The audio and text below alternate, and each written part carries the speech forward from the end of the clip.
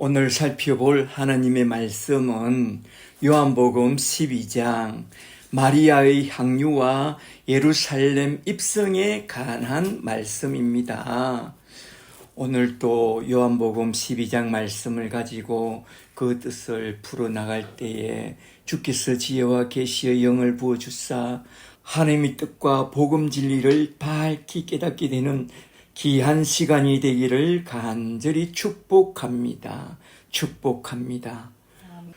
오늘은 요한복음 12장에 나온 말씀, 유월절 엿새 전에 있었던 토요 안식일의 그 잔치 속에 담긴 메시지와 그 다음 날 주일날에 예루살렘 성에 입성하여 예수님이 남긴 메시지를 중심으로 하여 한번 쭉 살펴보려고 하는데요. 요한복음 12장 말씀은 어떤 방식으로 전개되고 있느냐 가만히 살펴보니 크게 네 문단으로 나눠서 쭉 전개되고 있는 것을 살펴볼 수 있는데요. 첫째는 12장 1절에서 유월절 엿새 전에 토요 안식일에 나사로의 집에 있었던 잔치 이야기와, 둘째는 12절에서 그 다음날 일요일에 예수님이 낙이 타고 예루살렘 성에 입성한 사건과, 셋째는 20절에서 예루살렘에 입성하여 선포한 첫 설교 메시지와, 넷째는 37절부터 끝절에 걸쳐서 나온 예루살렘 성에 입성한 후 대중을 향한 예수님의 마지막 설교가 쭉 나오면서 요한복음 12장이 딱 끝나는 것을 살펴볼 수 있는데요. 오늘은 요한복음 12장 말씀을 크게 네 대지로 나누어서 많은 말들은 다 생략하고 중요한 핵심 진리들만 딱 요약해서 한번 쭉 살펴보고 싹 마치고자 합니다. 한번 잘 들어보세요. 첫째로 먼저 첫 번째 대지로 들어갔어. 요한복음 12장 1절부터 11절에 나온 말씀, 유월절 엿새 전에 주석에 의하면 토요일 안식일에 나사로의 집에서 예수님을 위하여 베푼 잔치 속에 담아낸 핵심 메시지를 한번 쭉 살펴보고 넘어가고자 합니다. 먼저 12장 1절부터 좀 보세요. 1절에 유월절 엿새 전에 주석에 의하면 그날이 토요 안식이라고 해요. 그날에 예수께서 베다니에 이르시니, 이곳은 예수께서 죽은 자 가운데서 살리신 나사로가 사는 곳이라. 거기서 말하자면 나사로의 집에서 예수를 위하여 잔치할새, 첫째로 마르다는 바쁘게 일을 하고, 둘째로 나사로는 예수와 함께 앉아 있고, 셋째로 마리아는 지극히 비싼 향유고 순전한 나드 한 근을 가져왔어 예수님의 발에 붓고, 마태복음 26장 7절을 보면 예수님의 머리에 부었다고 해요. 그리고 자기 머리털로 그 발을 닦으니 향유 냄새가 집에 가득하더라. 아멘. 3절까지. 이렇게 잔치를 벌인 그 집주인은 누구냐 하면 마태복음 26장을 보니 베다니 문둥병자 시몬이라고 해요. 그 집안 사람들은 나사로와 마르다와 마리아로 딱딱 등장합니다. 잘 보세요. 마르다는 여전히 섬기는 일에 바쁘고, 나사로는 사랑하시는 주님 곁에 앉아서 주의 말씀을 듣고 앉아 있고, 마리아는 주님 발치에 앉아서 주님 말씀을 듣다가 잠시 집안에 들어갔다가 지극히 값비싼 향유를 가지고 나와서 예수님의 머리와 발에 붓고 그의 머리카락으로 주님의 발을 닦아줍니다. 그러니 잔치하는 집에 순전한 나드 향유 냄새로 은혜가 충만합니다. 잘 보세요. 참으로 정겹죠. 그런데 그 앞장과 바로 뒷구절을 한번 잘 보세요. 아주 쌀벌한 상황이 펼쳐지고 있습니다. 잠시 앞장 11장 47절을 좀 보세요. 47절에 이에 대제사장들과 바리새인들이 나사로의 부활 사건 때문에 사내들인 공회를 모으고 이르되 이 사람이 많은 표적을 행하니 우리가 어떻게 해야 하겠느냐. 만일 그를 이대로 두면 모든 사람이 그를 믿을 것이요 그러면 우리는 어떻게 되겠느냐고 하니 49절에 그의 대제사장인 가야바가 그들에게 말하되 한 사람이 백성을 위하여 죽었어 온 민족이 망하지 않게 되는 것이 너희에게 유익한 줄을 깊이 생각해 보라 하니 53절에서 이날부터 그들이 예수를 죽이려고 모의하고 57절을 보니 대제사장들과 바리새인들이 누구든지 예수 있는 곳을 알면 신고하여 잡아들이라는 그 지령을 딱 내렸다는 것입니다. 참으로 쌀벌하죠. 그리고 요한복음 12장으로 넘어가서 10절을 좀 더 보세요. 요한복음 12장 10절에 대제사장들이 예수님뿐만 아니라 나사로까지 죽이려고 모의하니 이는 나사로 때문에 많은 유대인들이 가서 예수를 믿음이라. 정말로 쌀벌합니다.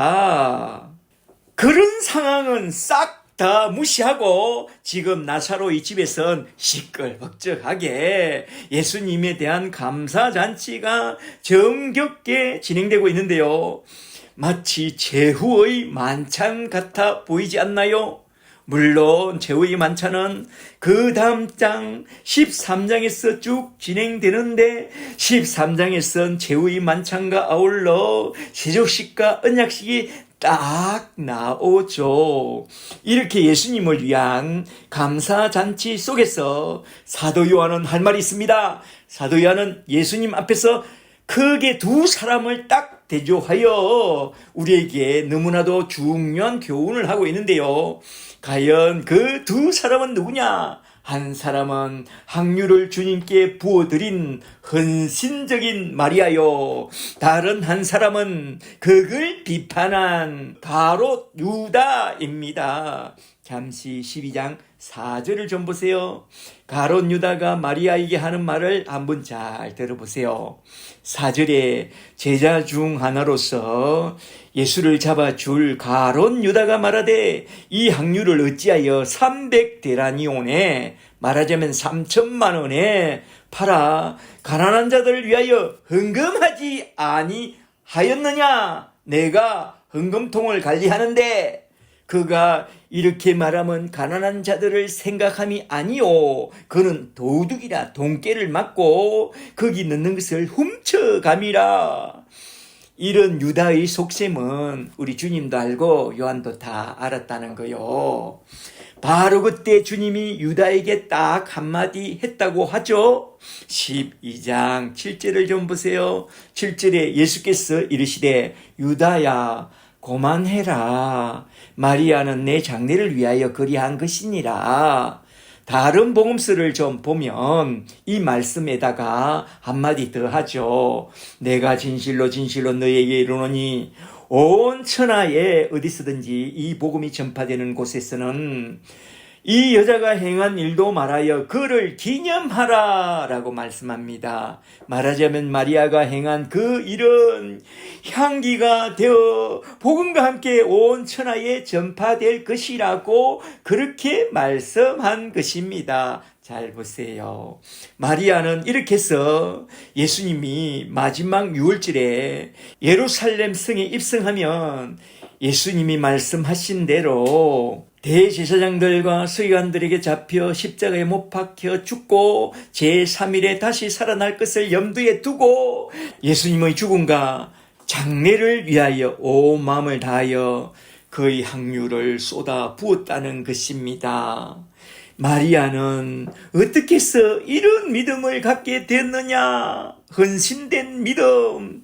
첫째는 그의 죽은 오라버니를 살려내신 주님을 보았기 때문입니다. 얼마 전에 그의 오라비의 죽음 앞에서는 그만한 믿음이 없었지만 죽은 오라버니 나사로를 무덤에서 불러내어 다시 살려주신 그 표적을 보고 그녀의 믿음은 완전히 새로운 지경으로 넘어간 것입니다. 그리하여 주님이 마지막 유월절을 지내기 위하여 예루살렘으로 입성한다는 그 말씀을 듣게 되었을 때 마리아는 마르다와 함께 그 아버지, 문둥병에 걸렸다가 주님의 은혜로 나은 그 아버지와 죽었다가 다시 살아난 그 오빠에게 가서 부탁했죠.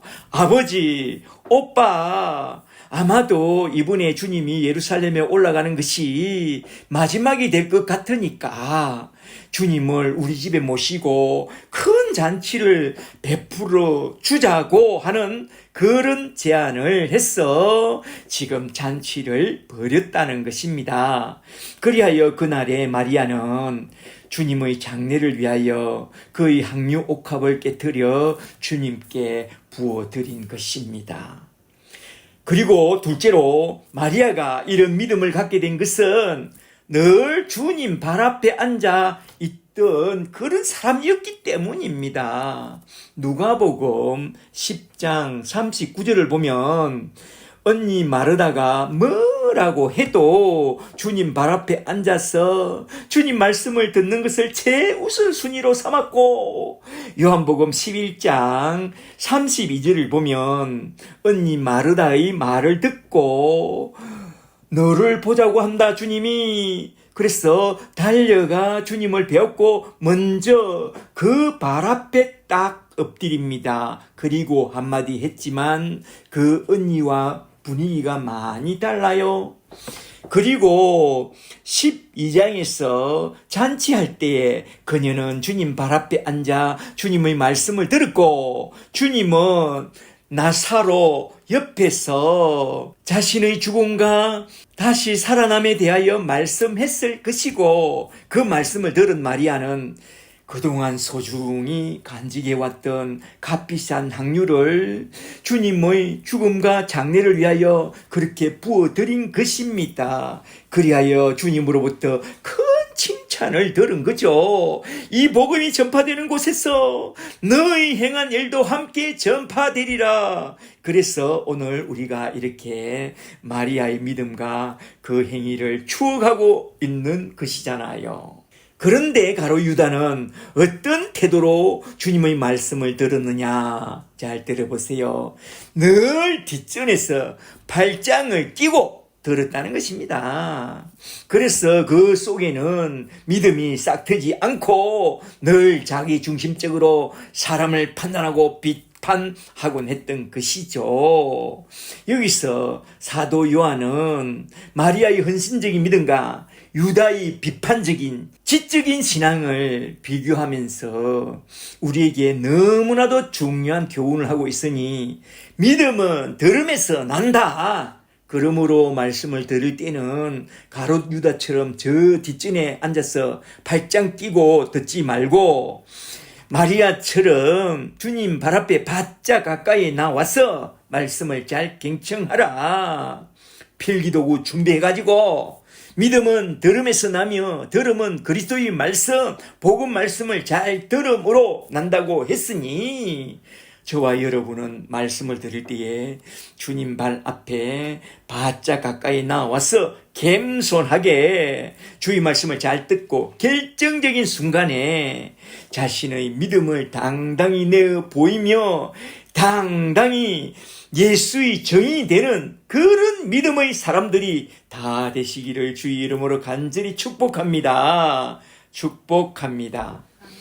첫째 대지에서 꼭 기억해 두어야 할 말씀은 마리아와 가롯 유다를 통해서 하신 말씀, 유다처럼 싹시 노란 그런 지적인 사람이 되지 말고 마리아처럼 들성부른 참된 영적인 믿음의 사람이 되라, 이 말입니다. 할렐루야. 이제 두 번째 대지로 넘어가서 요한복음 12장 12절부터 19절에 나온 말씀, 어린 낙이 새끼를 타고 예루살렘 성에 입성하신 그 사건 속에 담아내고 있는 핵심 메시지를 한번 쭉 살펴보겠습니다. 12장 12절부터 좀 보세요. 12절에 그 이튿날에 말하자면 토요 안식일 후 일요일 주일날에 올라온 그 무리가 유월절 명절에 예수께서 예루살렘으로 올라오신다는 것을 듣고 종려나무 가지를 가지고 맞으러 나아가 외치되 호산나 구원자여 찬송하리로다 주의 이름으로 오시는 이 곧 이스라엘의 왕이여 왕이여 하더라.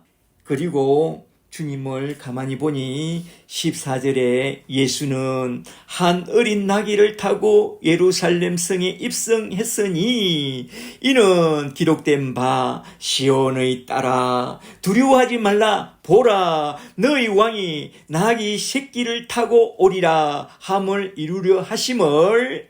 제자들은 처음엔 이걸 깨닫지 못하다가 나중에 예수께서 영광을 얻으신 후에야 이것이 예수님에 대하여 기록된 것임과 사람들이 예수께 이같이 한 것임을 나중에 깨닫게 되었다고 그렇게 말씀하고 있습니다. 잘 보세요. 여기서 정말로 중요한 말씀은 16절에서 사도 요한이 해석한 이 말씀이 참으로 중요한데요. 16절을 다시 잘 보세요. 16절에 제자들은 처음에 이 일을 깨닫지 못하였다가 나중에 예수께서 영광을 얻으신 후에야 말하자면 예수님이 십자가에 달려 죽으시고 다시 살아나사 부활승천하시고 성령을 보내주실 때에 그 성령을 받고서야 그때야 이것이 예수님에 대하여 기록된 것과 사람들이 예수께 이같이 한 것을 나중에야 다 깨닫게 되었다는 것입니다. 이게 무슨 말씀이냐? 예수님이 어린 나귀 새끼 타고 예루살렘에 입성한 것은 성경 스가랴서 9장 9절에서 예언된 말씀을 이루려 하시며 이건 또 예수님이 유월절 어린 양으로서 유월절에 십자가에 달려 죽으면서 십자가의 설주와 임방의 피를 뿌리고 그 설주와 임방이 천국문이죠. 천국문의 설주와 임방에 피를 뿌리고 다시 살아나사 부활성천하시고 약속하신 성령까지 내려주실 1년의 모든 가정을 언급한 말씀이라는 것입니다. 16절 말씀이 여기서 잠시 예언된 말씀 스가랴서 9장 9절을 좀 보고 넘어가는 것이 참 중요한데요. 잠시 스가랴서 9장 9절을 한번 좀 보세요. 스가랴서 9장 9절에 시온의 딸아 크게 기뻐할지어다 예루살렘의 딸아 즐거이 부를지어다 보라 너희 왕이 너에게 임하시리니 그는 공의로 구원을 베푸시며 겸손하여 나귀를 타시리니 나귀의 작은 것 곧 나귀 새끼이니라 그가 이방 사람에게 화평을 전할 것이요 이방의 빛이 될 것이요 그의 통치는 바다에서부터 바다까지 이르고 유브라데 강에서부터 땅끝까지 이르리라. 그 왕이 누구라고요? 예수 그리스도 우리 왕이라는 것입니다. 호산나 이스라엘 왕이라는 것입니다. 예수님이.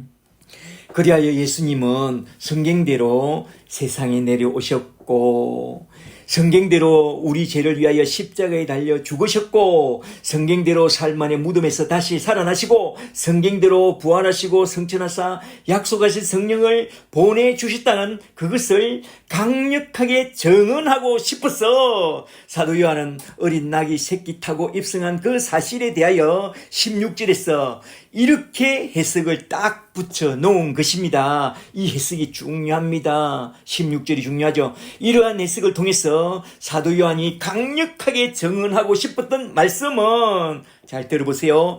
예수님이 그 공생의 마지막 유월절 때에 어린 나귀 새끼를 타고 예루살렘 성에 입성한 것은 예수님 자신이 유월절 어린 양으로 와서 십자가에 달려 죽음으로써 자기 백성들의 모든 죄를 다 지고 가고 다 해결하시고 부활 성천하사 그가 약속하신 보혜사 성령을 내려 보내주실 때에 성령을 받게 된 사람들은 사도 요한 자신을 비롯하여 모든 이들이 예수님이 예루살렘 성에 입성한 것으로부터 시작하여 십자가에 달려 죽음으로써 자기 백성을 저희 죄에서 구원해 주셨다는 그 은총을 온전히 다 깨닫게 되었다는 것과 온전한 구원을 얻게 되었다는 것을 말씀하고 있습니다.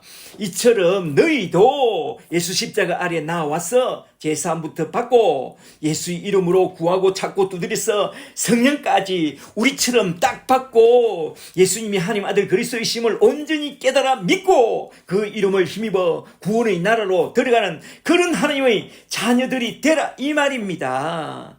그러므로 저와 여러분은 모두 다 예수 십자가 아래서 제사함부터 받고 예수의 이름으로 구하고 찾고 두드려서 성령까지 딱 받고 성령으로 완전히 거듭난 그런 영적인 믿음의 사람들, 구원받은 사람들이 다 되시기를 주의 이름으로 간절히 축복합니다.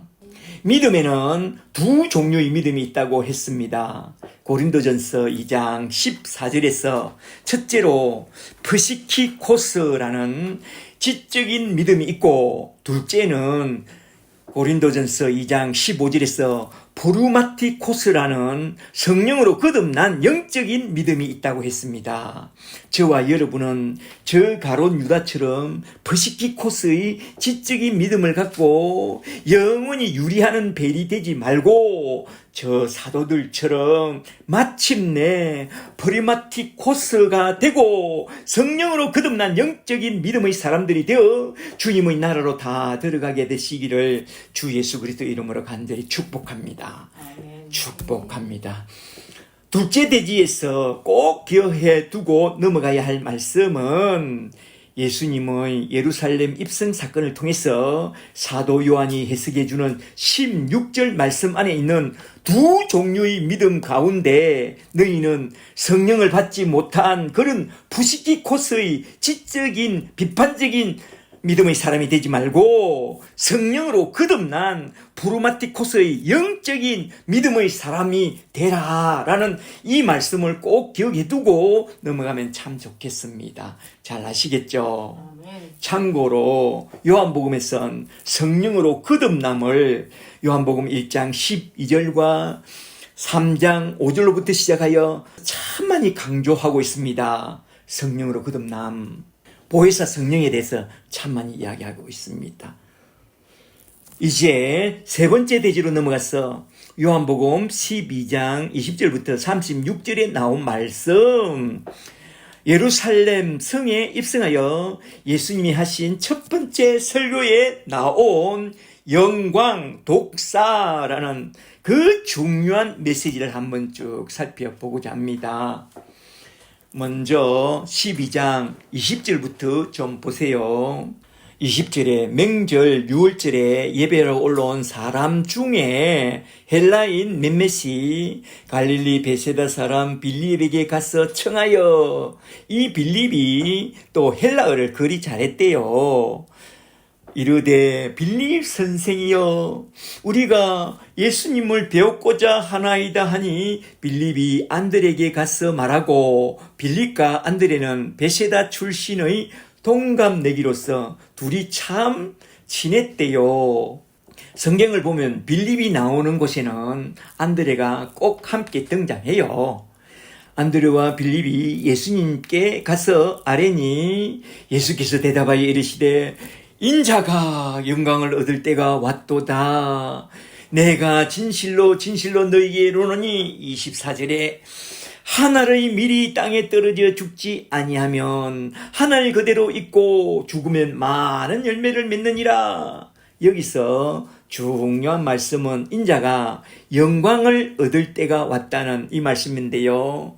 인자가 영광을 얻을 때가 왔다라는 말씀의 밑줄자, 이 말씀을 잘 기억해 놓고 계속해서 좀 더 보겠습니다. 25절에 자기의 생명을 원전을 보니 이 생명은 프시케로 되어 있습니다. 프시케의 육적인 생명을 사랑하는 자는 잃어버릴 것이요, 이 세상에서 자기의 생명을, 프시케의 육적인 생명을 미워하는 자는 영생을 얻게 되리라. 이 말씀은 사복음서에 다 나옵니다. 중요하죠. 사람이 나를 섬기려면 나를 따르라. 나 있는 곳에 나를 섬기는 자도 거기 있으리니 사람이 나를 섬기면 내 아버지께서 그를 기히 여기시리라. 27절에 지금 내 마음이 괴로우니 내가 무슨 말을 하리요. 아버지여, 기도합니다. 나를 구원하여 이때를 면하게 하여 주옵소서. 이 잔이 지나가게 하옵소서. 그러나 내가 이때를 위하여 왔나이다. 아버지여, 아버지의 이름을 영광스럽게 하옵소서 하니 이에 하늘에서 우렁우렁 소리가 나서 이르되 내가 이미 영광스럽게 하였고 또 영광스럽게 하리라. 십자가 위에서 곁에 서서 들은 무리는 천둥이 울었다고도 하며 또 어떤 이들은 천사가 그에게 말하였다고도 하니, 여기서 또 중요한 말씀은 영광이라는 말씀인데요. 이 영광이라는 이 단어를 잘 기억해 놓고 계속해서 좀 더 보겠습니다. 31절에 이제 이 세상에 대한 심판이 이르렀으니, 십자가에서 심판하겠죠. 이 세상의 임금이 쫓겨나리라. 여기서 말하는 이 세상의 임금은 저 원수마귀 사탄을 말하고, 저 원수마귀 사탄은 언제 어디서 쫓겨나느냐? 십자가 위에서 그 머리가 상하고 그 목덜리가 붙잡혀서 저 무지갱으로 던져져서 1000년 동안 결박당할 것을 말씀한 것입니다. 32절에 내가 땅에서 들리면, 말하자면 저 십자가 위에 들리면 모든 사람을 내게로 이끌겠노라 하시니, 이렇게 말씀하시면 자기가 어떠한 죽음으로 죽을 것을 보이심이라. 아멘. 이 대목을 잘 보세요. 잘 보시면 24절과 32절에서 두 번에 걸쳐서 예수님 자신이 십자가에 달려 죽게 될 것이고, 그 십자가를 통해서 자기 백성을 자기에게로 이끌겠다고 하면서 이것이 하나님께 영광이 될 것이다 라고 말씀합니다. 그래서 저는 24절 말씀과 32절 말씀이 참 좋습니다. 24절에 내가 진실로 진실로 너에게 이르노니 한 알의 밀이 땅에 떨어져 죽지 아니하면 한 알 그대로 있고 죽으면 많은 열매를 맺느니라. 그리고 32절에서 내가 땅에서 들리면 십자가 위에서 택한 모든 사람들을 내게로 이끌겠노라. 아멘. 그래서 예수님은 십자가에 반드시 달려 죽어야 했고, 십자가를 통해서 자기 백성들을 저희 죄에서 구원하여 천국 백성이 되도록 이끌어 주신 것입니다. 그리하여 저와 여러분은 주님이 이끄시는 그 은혜에 이끌려서 지금 주님의 교회에 나왔고 구원의 은총을 받게 된 것입니다. 할렐루야. 그리고 여기서 가장 중요한 말씀은 영광, 독사라는 이 말씀인데요. 여기서 무려 5번에 걸쳐서 나옵니다. 16절과 23절과 28절과 41절과 43절에서 그 영광이라는 단어를 언급하고 있는데요. 특히 43절에서는 두 종류의 영광, 즉 하나님의 영광과 사람의 영광을 딱 비교하고 있습니다. 그들은 하나님의 영광보다 사람의 영광을 더 사랑하였더라 하면서 딱 두 영광을 비교하고 있는데요.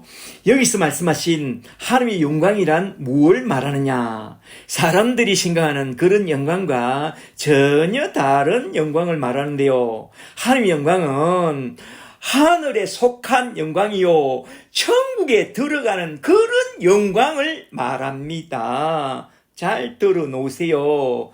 하나님의 영광은 하늘에 속한 영광이요, 천국에 들어가는 그 영광을 말합니다. 그러나 사람들이 생각하는 영광이란 대개 어떤 것을 영광이라고 말하죠? 사람들은 대개 크게 되고 잘 되고 부귀와 근세와 영화를 누리고 또 뭔가 크고 화려하고 웅장하게 됐구나, 또는 크고 강하고 높은 자리에 앉아서 사람들의 인정을 받고 많은 것을 누리는 그것을 영광이라고 말합니다. 꽃들에게 희망을 나누어주는 그런 사람이 되기보다는 자신이 꽃이 되어 큰 영화를 누리는 그걸 대개 사람들은 영광이라고 말하죠. 성경과 아주 정반대로 생각하고 정반대로 말합니다. 이걸 잘 알아야 합니다. 그런데 놀랍게도 기독교인들이 그런 것을 하나님의 영광이라고 또 말해요. 맹문대 들어가고 사법고시 합격하고 좋은 직장에 들어갔고 또 미스 코리아 왕관을 쓰거나 월드컵에서 골 하나 넣거나 김연아처럼 금메달 하나 따는 것과 봉준호 감독처럼 황금 종려상 하나 받는 그것으로 하나님께 영광 돌린다고 크게 착각하고 있는데요. 그건 지가 잘 때는 내가 영광을 받는 것이죠. 그건 하나님의 영광과 아무 상관도 없고 그런 일로 하나님이 절대로 영광을 받지 않습니다. 그런 일로는. 아시겠어요? 잘 생각해 보세요. 그런 세속적인 영광의 메달 하나를 따르고 그들은 어떻게 했나요? 주일 성수했나요? 아니면 성경 공부 제대로 했나요? 천국 복음을 한 번이라도 전했나요? 서울대 가기 위해서 사법고시 합격하기 위해서 주일 다 빼먹었잖아요. 성경 공부는 무슨 성경 공부? 하나님께 영광이 됩니까? 하나님을 욕먹인 거죠. 그 메달을 따르고 모든 것을 다 희생해 놔놓고 밤을 안 자고 막 한 달 내내 막 1년 내내 막 주일도 없어. 그 메달 따려고. 그게 하나님 영광이 됩니까? 하나님 영광은 거룩한 주의를 지키고 성경 공부 제대로 하고 자기 처소에서 제자가 되고 죄 삼는 그 일이 정말 하나님께 영광이 됩니다.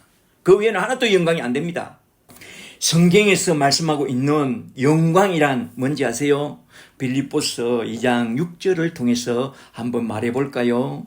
6절에 그는 근본 하나님의 본체시나 하나님과 동등됨을 취할 것으로 여기지 아니하시고 오히려 자기를 비워 종의 행체를 가지사 사람들과 같이 되셨고 사람의 모양으로 나타나사 자기를 낮추시고 죽기까지 하나님 뜻에 율법에 복종하셨으니 고 십자가의 죽으심이라. 이것이 하나님께 영광이 됐습니다. 할렐루야.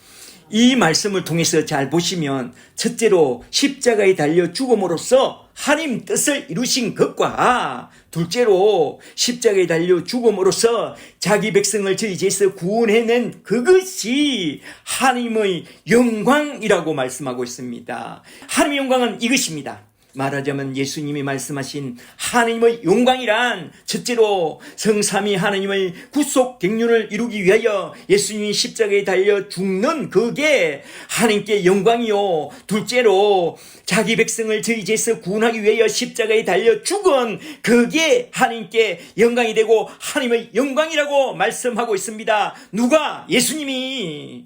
그렇다면 하나님의 교회가 하나님께 영광 돌리는 길이 무엇이겠어요? 첫째는 예수 십자가의 복음을 전하는 그것 자체가 첫 번째로 하나님께 영광 돌리는 길이요, 둘째는 예수 십자가의 복음을 전파하여 택한 하나님의 백성을 구원의 나라로 이끌어주는 그것이 두 번째로 하나님께 영광을 돌리는 길입니다. 첫째는 예수 십자가를 전하는 것이고 둘째는 그가 진짜 구원받도록 도와주는 것이 하나님께 영광을 돌리는 길이라고 성경은 말씀하고 있습니다. 성경에 나온 하나님의 영광과 연결된 말씀을 잘 살펴보면 모두 다 이러한 두 가지 사건과 딱딱 연결되어 나옵니다.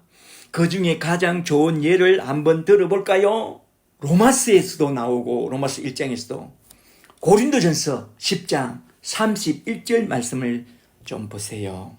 고린도서 10장 31절에 그런즉 너희가 먹든지 마시든지 무엇을 하든지 다 하나님의 영광을 위하여 하라. 이 말씀만 뚝 떼어서 보면 우리가 먹고 마시고 우리가 하는 모든 일들이 하나님께 영광을 돌릴 수 있다고 생각하겠지만 이어서 나온 말씀과 잘 연결해서 잘 보세요. 32절에 먹고 마시는 문제로 유대인에게나 헬라인에게나 하나님의 교회나 그치는 자가 되지 말고 나와 같이 모든 일에 모든 사람을 기쁘게 하여 자신의 유익을 구하지 않고 많은 사람의 유익을 구하여 그들로 구원을 받게 하라. 잘 보세요. 하나님의 영광은 구원이라는 단어와 딱 연결되어 나옵니다. 말하자면 십자가의 복음으로서 많은 이들을 구원의 나라로 인도하는 것이 하나님의 영광이 되는 것이지, 먹고 마시면서 사람들을 실족게 하는 그 모든 일은 하나님께 영광이 아니라 하나님께 욕이 된다고 그렇게 말씀하고 있습니다. 꼴 하나 넣는 것과 황금 종려상 하나 받는 그게 하나님께 영광이 된다고요? 천만의 말씀. 그건 잘해도 하나님께 영광이 안 됩니다. 그게 자기 영광을 위한 일이지 어떻게 해서 하나님의 영광을 위한 일입니까? 잘 들어보세요. 하나님의 영광을 위하여 한 일은 오직 하나, 십자가 사건. 십자가를 통해서 하나님께 영광 돌리고 십자가를 통해서 자기 백성을 구원하는 그 십자가 사건밖에 없습니다. 그리고 때를 얻든지 못 얻든지 어디서 무엇을 하든지 예수 십자가의 복음을 전하는 일과 복음을 전하는 그 일을 통해서 한 사람 한 사람을 구원의 나라로 인도한 그것만이 하나님께 영광이 되고 하나님이 그것을 통해서 영광을 받으신다고 했습니다. 잘 때는 내가 영광받게 되는 그런 세속적인 일을 하나 크게 해놓고 메달 하나 따놓고 하나님께 영광을 돌린다고 그런 쪽으로 가면 안 됩니다. 들어보세요. 우리가 열심을 내는 그 어떤 충성과 헌신과 봉사로 하나님이 영광받지 않습니다.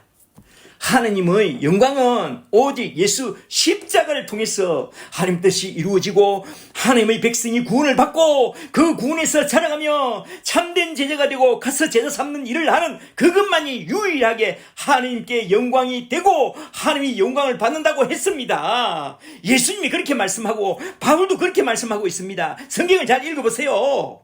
복음을 전하고 가서 그 복음으로 사람을 얻는 그것만이 유일하게 하나님이 영광을 받습니다.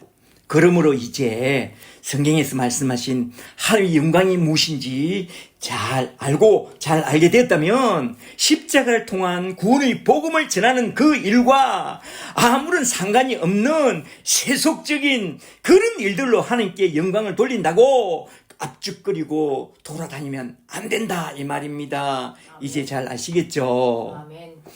세 번째 대지에서 꼭 기억해 두고 넘어가야 할 말씀은 헬라인들이 예수님을 찾아온 사건을 통해서 가르쳐 주신 참된 하나님의 영광, 십자가의 영광입니다. 참된 하나님의 영광이 무엇인지 잘 알아두시면 좋겠습니다. 다시 요한복음 12장 20절로 돌아가서 좀 더 보세요. 이 영광을 이야기하느라고 본문을 많이 이탈했는데 다시 본문으로 들어갔어. 20절에 6월절 명절에 예배하러 올라온 사람들 중에 헬라인이 몇 명이 있었는데 그들이 예수님을 찾아왔다. 왜 찾아왔느냐? 어떤 문헌을 보니 네이버에 탁치도 나옵니다. 내가 네이버에 탁치 보니까 내가 봤던 문헌 내용이 나와요. 그 헬라인들은 아데사 왕국 사신들이었고 아데사라기도 하고 에데사라기도 합니다. 그런데 네이버에는 에데사라고 쳐야 됩니다. 아데사라 치니까 안 나오더라고. 교회사에서 아데사라 배웠는데 네이버에는 에데사라 돼 있더라고. 그 헬라인들은 에데사라는 왕국 사신들이었고 그들은 유대교로 개종한 자들로서 유월절 명절에 예배하러 올라왔다가 예수님에 대한 소문을 듣고 예수님께 중요한 부탁을 하려고 예수님을 배웠고자 청했다는 것입니다. 그 중요한 부탁이란 뭐냐? 아데사 왕국의 왕세자 아부다스가 죽을 병에 걸려서 죽어가고 있다는 것입니다. 우리가 지금 예루살렘에 와서 가만히 살펴보니 한편에선 메시아가 나타났다고 호산나 하면서 예수님을 좋아하지만 다른 한편에서는 나사로와 함께 예수님을 죽이려고 해란이 되어 있는 것을 봤습니다. 우리가 청하오니 예수님께서 여기서 잠시 피하여 우리나라로 가서 우리 왕세자만 좀 고쳐주신다면 후한 영광을 돌려드릴 테니 우리와 함께 가사이다 하고 예수님을 초청하러 왔다는 것입니다. 그때 예수님이 뭐라고 했는지 아세요? 12장 23절을 잘 보세요. 23절에 예수께서 대답하여 이르시되 인자가 영광을 얻을 때가 왔도다. 그 영광은 여기를 떠나서 아데사로 가서 세상의 영광을 얻을 때가 왔다는 그런 말씀인가요?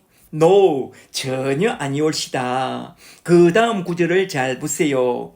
인자가 영광을 얻을 때가 되었다는 이 말씀은 예수님이 저 십자가에 달려 죽음으로써, 말하자면 하늘의 밀이 땅에 떨어져 죽음으로써 자기 백성을 저희 죄에서 구원하는 그 일을 할 때, 말하자면 인자가 십자가 위에서 죽는 그것이 하나님과 예수님에게 가장 큰 영광이 된다고 그렇게 선포하고 있습니다. 그리고 이어서 나온 말씀을 좀 더 보세요. 이게 참으로 중요한 말씀인데요. 요한복음 12장 25절을 잘 보세요. 25절에 자기의 생명을, 원전을 보니 이 생명은 퍼시케로 되어 있습니다. 퍼시케코스, 육적인 사람. 퍼시케의 생명을 사랑하는 자는 그 생명을 잃어버릴 것이요, 이 세상에서 자기의 생명을, 퍼시케의 육적인 생명을 미워하는 자는 영생을 얻으리라. 원전을 보면 여기에 나온 영생은 조의 아이오니온으로서 영생 구원을 딱 말씀하고 있습니다. 이게 무슨 말씀이냐? 너희는 퍼시케의 육적인 생명을 위해서 예수를 믿지 말고 조의 영원한 생명을 얻기 위해서 예수를 믿고 따르라. 말하자면 퍼시케의 지적인 신자가 되지 말고 조의 성령으로 거듭난 영적인 신자가 되라 라고 말씀하신 것입니다. 그런 후에 아데사 사신들을 보내면서 한마디 했대요. 가라, 너희 왕자가 지금 낳느니라. 가서 인자가 이방의 빛이라는 것을 증언하는 참된 증인이 되라고 하면서 그들을 잘 보내 주었답니다. 그 후에 32절에서 예수님은 자신이 십자가에 달려 죽음으로써 이제 선민 이스라엘 지경을 넘어서서 저 이방 헬라까지 천국 복음이 널리 전파될 것을 말씀하면서 그 다음 대지로 쑥 넘어갑니다. 잘 보세요. 이제 네 번째 대지로 넘어가서 요한복음 12장 37절로부터 50절에 나온 말씀, 예수님이 예루살렘 성에 입성하여 대중 앞에서 마지막으로 설교한 말씀을 한번 쭉 살펴보고 딱 마치도록 하겠는데요. 먼저 12장 37절부터 좀 보세요. 37절에 이렇게 많은 표적을 그들 앞에서 행하셨으나 그를 믿지 아니하니 이는 선지자 이사야의 말씀을 이루려 하심이라. 이르되 주여 우리에게 들은 바를 누가 믿었으며 주의 팔이 누구에게 나타났나이까 하였더라. 그들이 너희 믿지 못한 것은 다 이 때문이니 곧 이사야가 다시 일러서되 그들의 눈을 멀게 하시고 그들의 마음을 완고하게 하셨으니 누가 이 세상 신이 이는 그들로 하여금 눈으로 보고 마음으로 깨닫고 돌이켜 내게 와서 고침을 받지 못하게 하려 함이라. 이 말씀은 마태, 마가, 누가, 요한 그리고 사도행전에서도 한 번씩 딱딱 인용한 말씀이니까 여기서는 그냥 넘어가겠습니다. 전에 마태복음, 누가복음, 사도행전 강의할 때 다 설명했죠? 42절에 그러나 갈리 중에도 그를 믿는 자가 많대. 바리새인들 때문에 드러나게 말하지 못하니 이는 출교를 당할까 두려워함이라. 그들은 사람의 영광을 하나님의 영광보다 더 사랑하였더라. 아멘. 이게 참 문제라는 거요. 여기서 37절 말씀이 참 중요한데요. 잘 보세요. 37절에 이렇게 많은 표적을 그들 앞에서 보여주었으나 그들은 예수를 믿지 아니하니라. 이 말씀을 잘 보세요. 어디서 한번 본 구절이죠. 사도 요한은 앞장 11장 마지막 대목인 45절에서 하신 그 말씀을 그대로 여기에 가져와서 12장 마지막 대목을 시작하는 37절에서 이렇게 선포하고 있는데, 여기서 요한이 하고 싶은 말씀이 뭐냐? 믿음의 두 트랙입니다. 믿음의 두 트랙. 믿음의 두 트랙이란 뭐라고 했죠? 11장 마지막 대목에서 한번 살펴봤는데, 믿음의 두 트랙이란 하나는 듣고 믿는 믿음이요, 다른 하나는 보고 믿는 믿음이라고 했습니다. 기억나시나요? 첫째로 듣고 믿는 믿음이란 예수님의 말씀을 잘 듣고 믿는 그런 믿음을 말하는데요.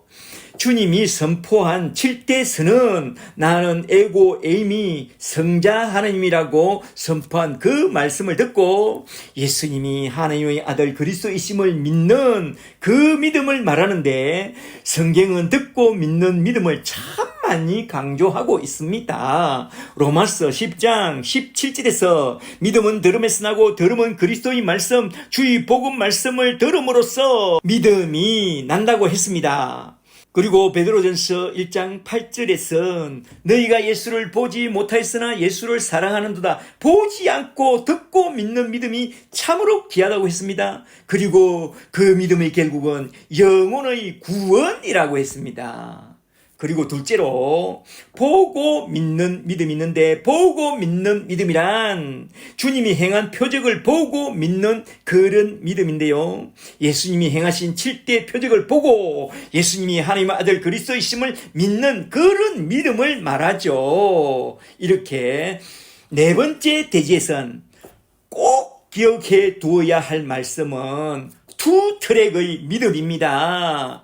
두 트랙의 믿음, 이걸 잘 기억해 놓으세요. 믿음은 듣거나 보거나 두 트랙을 통해서 믿음을 딱 갖게 되는데요. 그러나 보기는 보아도 믿지 못하고 듣기는 들어도 믿음을 갖지 못하는 그런 신자들이 참 많다는 것입니다. 그런 자들 중에는 세 종류가 있으니 잘 들어보세요. 첫째는 대제사장들과 장로들과 바리새인들처럼 예수님을 배제하고 하느님만, 성부만 믿겠다고 하는 그런 신자들이 있고, 오늘날 교인들 중에서도 하나님만 믿겠다고 그러는 자들이 참 많죠.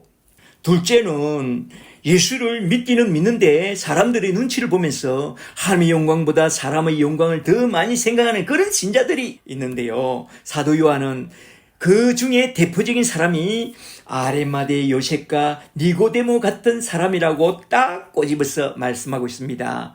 요한복음 19장 38절을 한번 보세요. 요한복음 19장 38절에 아리마대 요셉은 예수의 제자이나 유대인이 두려워 그 믿음을 숨기던 그런 자였고, 그 다음 구절 39절에 전에 예수께 밤에 찾아왔던 니고데모도 유대인이 두려워서 자기 신앙을 숨기던 자였다고. 그런데 예수님 죽고 난 뒤 밤에 빌라도한테 그 예수님의 시체를 우리한테 인양해달라고 밤에 왔다는 거예요. 사도 요한은 딱 꼬집어서 그들을 말씀하고 있습니다. 잘 보세요. 오늘날 신자들 중에서도 그런 사람이 참 많죠. 식사 기도할 때에 사람들의 눈을 의식하여 상다리 밑에 다리를 쓱 만지는 척하고 기도를 딱 끝내는 그런 사람들이 참 많대요. 그 사람은 나중에 하늘나라에 가면 주님이 분명히 한마디 할 것입니다. 너는 다리만 만지다가 올라왔지? 아유 못난 놈아. 그런 책망을 들을 사람이 참 많을 것입니다. 너는 너 다리만 만지고 전도 한 번 안 하고 올라왔지? 아유 못난 놈아 그럴 것입니다. 셋째는 예수님이 선포한 7대 선은 에고 에이미 나는 빛이요 생명의 떡이요 선한 목자요 나는 천국에 들어가는 길이요 진리요 부활이요 생명이니라 라고 하신 그 말씀을 듣고 예수님이 하나님 아들 그리스도의 심을 딱 믿고 구원의 나라에 딱 들어온 자들과 또한 예수님이 보여준 7대 표적 맹물을 포도주로 만들어내고 오병이어 기적을 보여주고 무리를 걸으며 귀신을 쫓아내고 병든 자 고치고 죽은 자를 살려내는 그런 표적을 보고 예수님이 하나님 아들 그리스도의 심을 딱 믿고 이러한 두 트랙을 통해서 구원의 나라로 딱 들어온 그런 신자들이 있다는 것입니다. 그렇다면 나는 누구인가? 나는 어떤 부류에 속한 사람인가? 사람의 영광을 구하여 사람의 눈치나 보는 그런 신자인가? 아니면 당당하게 예수는 나의 주와 나의 그리스도라고 당당하게 사람들 앞에 말하고 당당하게 복음을 전하는 그런 제자인가? 깊이 생각해 보라고 하면서 사도 요한은 그 다음 문단으로 쏙 넘어가서 예수님이 예루살렘에 입성하여 마지막으로 선포한 예수님의 말씀을 딱 전하고 있는데요. 이제 끝으로 요한복음 12장 44절부터 한번 잘 보세요. 이것만 보고 딱 끝맺겠습니다. 요한복음 12장 44절에 예수께서 외쳐 이르시되 나를 믿는 자는 나를 보내신 이를 믿는 것이며 나를 보는 자는 나를 보내신 이를 보는 것이니라. 무슨 말인지 아시죠? 나를 믿는 자는 나 보내신 성부를 믿는 것이며 나를 보는 자는 나 보내신 성부를 보는 것이라. 46절에 잘 들으라. 나는 빛으로 세상에 왔나니 에고 에미 호 포스가 나지. 나는 빛으로 세상에 왔나니 무릇 나를 믿는 자로 어둠에 거하지 않게 하려 함이라. 어둠에서 빛으로 불러 내려왔다. 사람이 내 말을 듣고 지키지 아니할지라도 내가 그를 심판하지 아니하노라. 내가 온 것은 세상을 심판하려 함이 아니오 세상을 구원하려 함이니로다. 나를 저버리고 내 말을 받지 아니하는 자는 심판받으리라. 심판할 자가 있으니 곧 내가 한 그 말씀이 마지막 날에 그를 심판하리라. 내가 하는 말은 내가 자의로 말한 것이 아니오 나를 보내신 아버지께서 내게 말할까 이룰 것을 친히 명령해 주신 하나님의 말씀이니라. 50절에 나는 그의 명령이 그의 말씀이 영생인 줄 아노라. 내가 선포하는 그의 말씀을 들으라. 그러므로 내가 이르는 것은 내 아버지께서 내게 하신 말씀이니 너희가 내가 하는 이 말씀을 잘 듣고 내가 행하는 이 표적을 잘 보고 두 트랙을 통해서 나를 믿고 구원받으라 하면서 예수님은 강력하게 예수 그리스도의 복음 하나님의 말씀을 딱 선포한 후에 요한복음 12장을 딱 끝내는데요. 잘 보세요. 예수님이 예루살렘에 입성한 후에 설교한 내용은 마태복음을 통해서 보면 좀 더 많이 나옵니다. 요한복음에는 시작 설교와 마침 설교만 나오잖아요. 시작 설교는 예루살렘에 입성해가지고 헬라인들 앞에 설교한 말씀, 마침 설교는 대중에게 하신 말씀, 이 딱 두 개지만 하지만은 마태복음 22장을 보면 왕의 아들 혼인잔치 비유가 나오고 연이어 세 가지 논쟁이 나오죠. 첫째는 세금 문제로 가이사 것은 가이사에게 하나님 것은 하나님께 바치라고 했고, 둘째는 부활 문제로서 부활 때는 장가도 시집도 안 갔고 하늘에 있는 천사들 같이 복된 싱글로 지내게 된다고 선포합니다. 셋째는 가장 큰 계명에 대하여 첫째는 하느님을 사랑하는 것이 첫째 계명이요, 둘째는 이웃을 자기 자신과 같이 사랑하는 그것이 둘째 계명이니 이 두 계명이 온 율법과 선지자의 강령이라고 선포합니다. 그런 후에 23장으로 넘어가서 저 서기관들과 바리새인들에게 7가지 화를 선포합니다. 뱀들아, 독사의 새끼들아, 너희가 어떻게 지옥의 판결을 피하겠느냐? 땅에서 흘린 의인들의 피가 너희 머리로 다 돌아가게 되리라 라고 선포하죠. 이렇게 마태복음에 나온 일련의 설교들은 마태복음에 다 나와 있으니까 다 생략하고 요한복음에선 대중설교 중에서 가장 중요한 설교 한두 편만 딱 가지고 와서 여기에 딱 기록해 놓았습니다. 46절을 보세요. 잘 들으라. 나는 에고 에미 호 포스다. 나는 빛으로 세상에 왔나니 이는 나를 믿는 자들로 어둠에 거하지 않게 하려 함이라. 어둠에서 빛의 나라로 인도하러 왔다. 출교를 당할까 두려워하며 하나님의 영광보다 사람의 영광을 더 사랑하는 자들아, 회개하고 돌이켜 당당하게 예수를 잘 믿고 당당하게 예수의 증인으로 살라 라고 선포하면서 딱 끝냅니다. 요한복음 12장은.